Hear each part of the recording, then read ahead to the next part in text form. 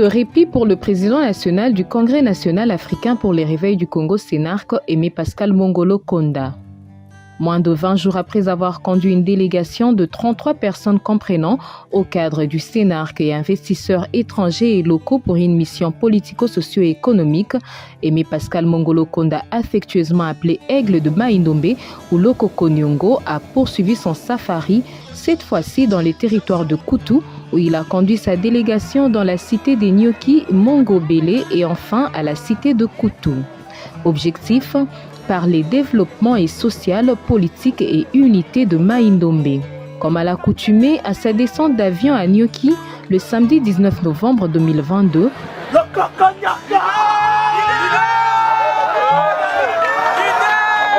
le président national du Congrès national africain pour le réveil du Congo, Aimé Pascal Mongolo Konda, s'est offert un bain de foule qui l'a contraint à une longue procession qui avait comme point de chute le stade moderne qu'il est en train de faire bâtir sur fonds propres en plein cœur de Nyoki.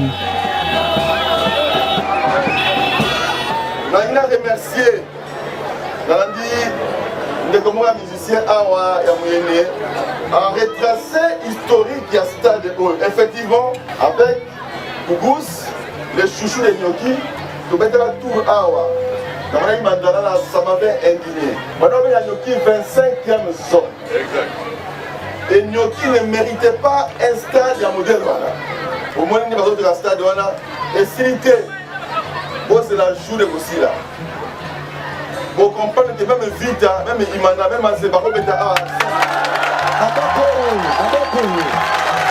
Par ailleurs, l'occasion s'est prêtée au président national du CNARC d'exhorter la population des Nyoki de réitérer leur confiance au chef de l'État Félix-Antoine Tshisekedi Tshilombo au scrutin de 2023. Nyoki Oye! Nyoki Oye! Mai-Ndombe, tout a discuté. Bitumba Oyo, président Félix-Antoine Bundasigo. Et ça, parce que simplement, à Boïko céder la pression sur Kokabola, Congo, Biteni, Otobengi, balkanisation.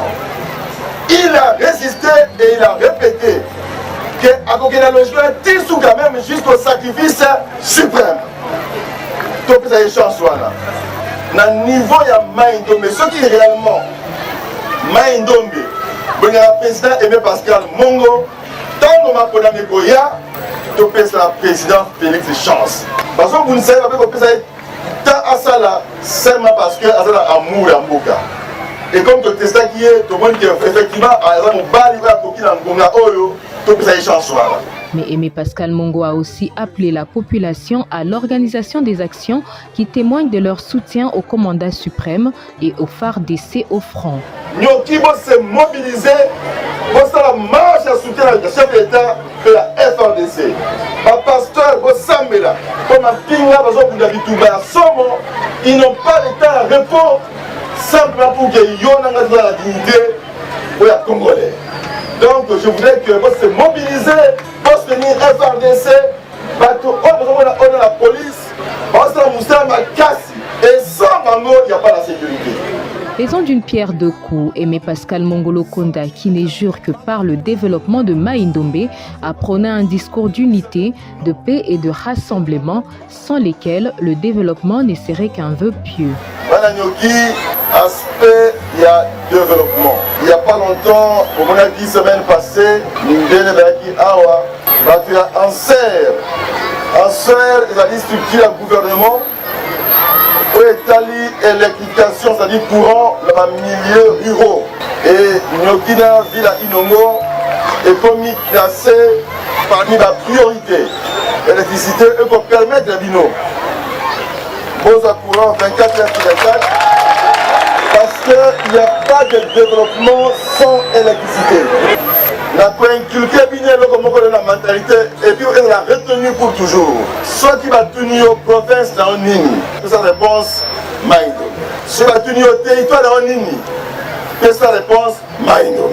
Soit qui va tenir au village dans Nini, c'est sa réponse Mai-Ndombe. Pour la Nyoki, c'est mon village. Nyoki, c'est ma cité. Place Nyon sur le Mai-Ndombe. c'est chez moi. Et c'est pourquoi, quand tu es invité en magasin, vous savez, oh, Inongo, oh, Koutou, oh, Choué, pour Maïndombe se développer, Tomier, Babissi, on se parle à Nini, Maïndombe. On peut investir dans Hoche aux à l'aise, on sait l'activité, dans Yumi aux à l'aise, parce que tu es chez toi. La personne avantage que Mboka Mboka Bosso, on a lancé l'activité à Sénat en 2016, et ça fait Mboka Oyo, on a que adhésion massive dans la partie de la Bino Sénat. En outre, dans la suite de son safari politico-socio-économique, le président national du CNARC, Aimé Pascal Mongolo Konda, accompagné de sa délégation, s'est rendu dans la localité de Mongobélé, où il a été question pour ce politique prisé par la population de lancer officiellement les activités du parti dans cette partie de la province de Maïndombe. Mongobélé, oyez! Oyez! Oyez! Oyez! C'est une décision le 18 février 2016.